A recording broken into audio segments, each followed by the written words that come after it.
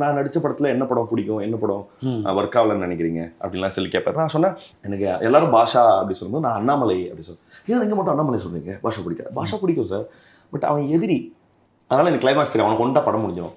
இவன் நண்பன் சார், அவனை என்ன பண்ண முடியும் அப்படின்னா ஓகே அப்படின்னாரு.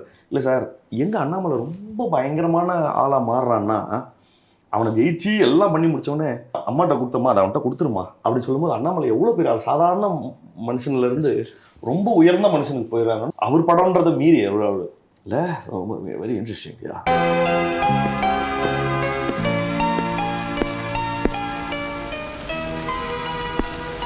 அம்மா என்னப்பா இது கொண்டு போய் அசோக் கிட்ட கொடுத்துருங்க. அண்ணாமலை அவன் கையில பத்திரத்தை கொடுக்கறதுக்காகத்தான் 18 வருஷம் ராப்பகலா ஓட்சியா? அவனை நடுத்தரவுக்கு கொண்டு வரேன்னு சபதம் போட்டியா? என்னாச்சு? எதுக்கு அப்படி திடீர்னு மாறிட்ட? உனக்கு என்ன புத்தி கெட்டு போச்சா?